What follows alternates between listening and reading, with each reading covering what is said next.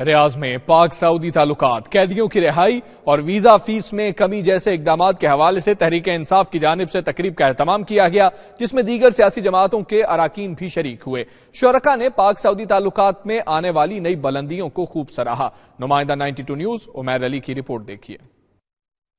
سعودی دارالحکومت ریاض میں پاکستان تحریک انصاف کی جانب سے منعقد کردہ تقریب میں سینٹرل سٹی اور علاقائی ونگز کے علاوہ مجلس پاکستان اور مسلم لیگ نون کے ارکان نے بھی شرکت کی۔ مقررین نے کہا سعودی عرب نے پاکستان کا حقیقی دوست ہونے کا حق ادا کیا ہے۔ پاکستان میں سعودی سرمایہ کاری اور تجارت سے دونوں برادر ملکوں کی اقتصادی صورتحال بہتر ہوگی۔ تمام پاکستانیوں ایسا غلطی نہ کریں کہ ہمارا وزیر اعظم کسی کے سامنے ہاتھ جوڑ کر آپ لوگوں کی رہائی کے لیے درخواست کریں۔ سینٹرل ایگزیکٹو باڈی کے رکن عبدالقیوم خان نے کہا جس طرح سعودی عرب نے دوستی کا حق ادا کیا ہے، اس طرح ہم بھی سعودی عوام کے شانہ بشانہ کھڑے ہیں۔